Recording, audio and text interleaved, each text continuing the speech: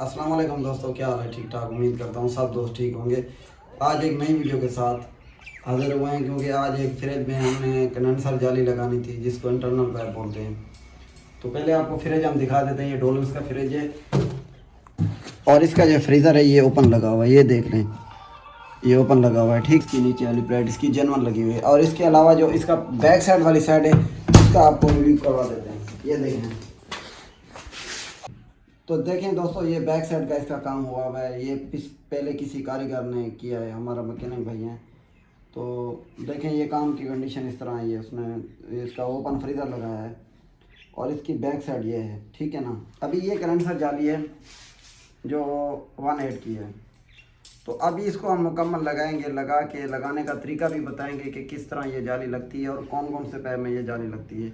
तो अभी आपको हम इसके जो इंटरनल पैप होते हैं वो क्यों लीक होते हैं। अक्सर मसला ये होता है कि आजकल जो हमारे नए फ्रीज़र आ रहे हैं, जैसे मुख्तलिफ़ कंपनियों के बना रहे हैं, तो उसमें क्या होता है, जो पुराने मॉडल हमारे आते थे उसमें ये कंडेंसर जाली तकरीबन 3-4 साल के बाद इसकी कंप्लेन आती थी। जो इसके साइड के पैप होते थे वो लीक हो जाते थे। तो अभी जो हमारे न्यू मॉडल आ रहे हैं, जो नई टेक्नोलॉजी के साथ आ रहे हैं, इन्वर्टर हों या सादे हों, उसमें प्रॉब्लम ये है कि इस जाली से पहले उसका फ्रीज़र जो है वो लीक हो जाता है। या तो उसका फ्रीज़र लीक हो जाता है, या तो जैसे ये सेक्शन का पैप जा रहा है ऊपर, ये सेक्शन वाला पैप है। अक्सर में क्या होता है, इसके साथ जो कापर का और सिल्वर का जो जोड़ लगा होता है वो अक्सर लीक हो जाता है। अभी हम इसको कंडेंसर जाली ये लगा। अच्छा दोस्तों, एक और बात ये कहनी थी कि जितने भी ये हमारे कारीगर भाई हैं, ये हमारी वीडियो देख रहे हैं, तो उनको मैं रिक्वेस्ट करूँगा कि काम अच्छे से अच्छा करें, साफ़ सुथरा काम करें। अभी देखें, ये भाई मैं नहीं जानता उसने जो काम किया, तो मेरे हिसाब से ये इस तरह का काम तो नहीं होना चाहिए। क्योंकि जितना आप दोस्तों काम अच्छा करेंगे उतनी आपकी इज़्ज़त रिस्पेक्ट बढ़ेगी और उतना आपका काम अच्छा जाएगा। अभी देखें, ये हमारा ये पुराना जेनन कंडेंसर लगा हुआ है और इसका ये देखें, ये पैप, ये वाला नीचे वाला, ये इसके बॉडी के अंदर जा रहा है, इधर से जा रहा है। और उसके बाद ये देखें, ये वाली साइड ये आ रहा है, दूसरी साइड ये जा रहा है। अभी हम क्या करेंगे, जो इसके बॉडी के अंदर पैप 2 जा रहे हैं उसके कनेक्शन काट के हम इसके बैक साइड पे ये कंडेंसर जाली लगाएंगे और लगाने के बाद जो उसका कनेक्शन है वो ख़त्म करके इसमें लगाएंगे। तो मज़ीद अभी चलते हैं, इसको जाली लगाते हैं। दोस्तों, एक हमारा ये पैप जो है ना, इसको हम ट्यूब कटर की मदद से अभी काटेंगे। काट के उसके बाद ये दूसरा जो बॉडी वाला पैप है उसको हम ख़त्म कर देंगे और ये दूसरी जो कंडेंसर से आ रहा है ये हम ऊपर लगा देंगे, जो हमारी नई जाली है कंडेंसर। तो जी दोस्तों, अभी हमारे दोनों पैप हमने काट दिए हैं, जो हमारा जेनवन कंडेंसर लगा हुआ है। अभी हम इसको ये जाली लगाएंगे। जाली लगाने से पहले आपने एक काम करना है, पेचकस की मदद से इसको आपने हल्का सा इस तरह बैंड कर लेना है, क्योंकि जब आप फिटिंग करेंगे तो अच्छे तरीके से ये लगेगी, जाली खूबसूरत लगेगी आपकी। आपने हल्का सा इसको इस तरह टेढ़ा कर लेना है दोनों साइड से।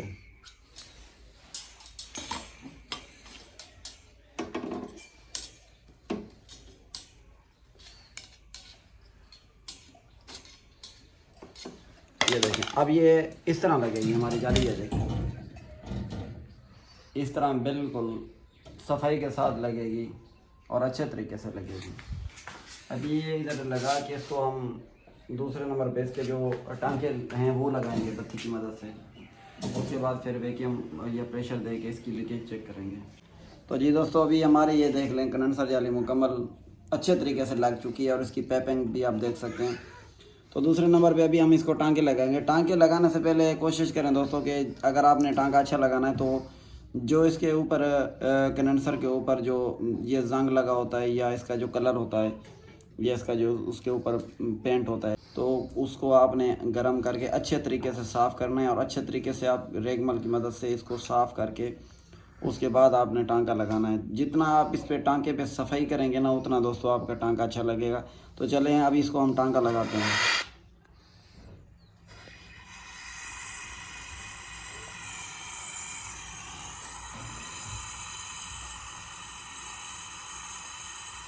पैप आपका दोनों तरफ लाल होना चाहिए, आपको पता चल जाएगा कि अभी आप इसको राड की मदद से टांका लगा सकते हैं।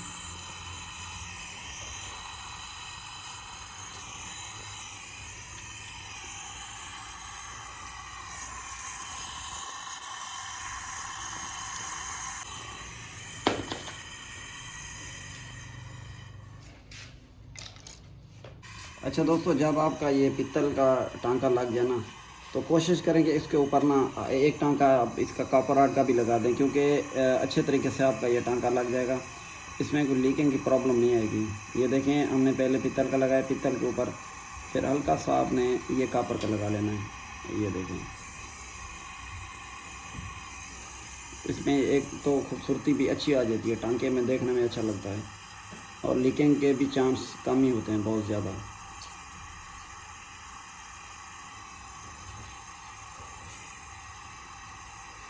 ये देखें, ये हमारे अभी टांके लग चुके हैं, और अभी इसको क्या करेंगे, वैक्यूम पंप की मदद से इसको प्रेशर दे के जो हमने टांके लगे हैं उसको चेक करेंगे, और इसका जो ये फ़िल्टर है, फ़िल्टर भी इसका चेंज करेंगे। उसके बाद वैक्यूम लगा के फिर इसको गैस डालेंगे।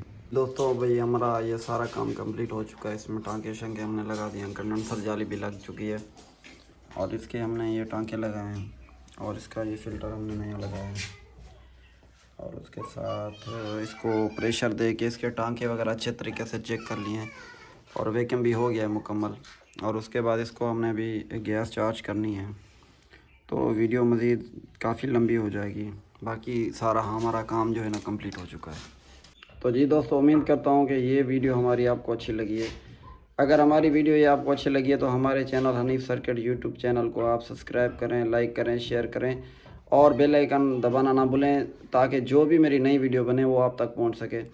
और दूसरे नंबर पे दोस्तों, जब भी ये जो जितने भी मैकेनिक भाई हमारी ये वीडियो देख रहे हैं, तो उनसे मैं गुजारिश करूँगा कि जब भी आप फ्रिज या एसी को चेक करने जाएँ, तो दोस्तों सबसे पहले आपने क्या काम करना है कि उसकी जो शार्ट है, कंप्रेसर को चेक करें, उसकी वायरिंग को चेक करें कि कहीं से वो शार्ट तो नहीं है।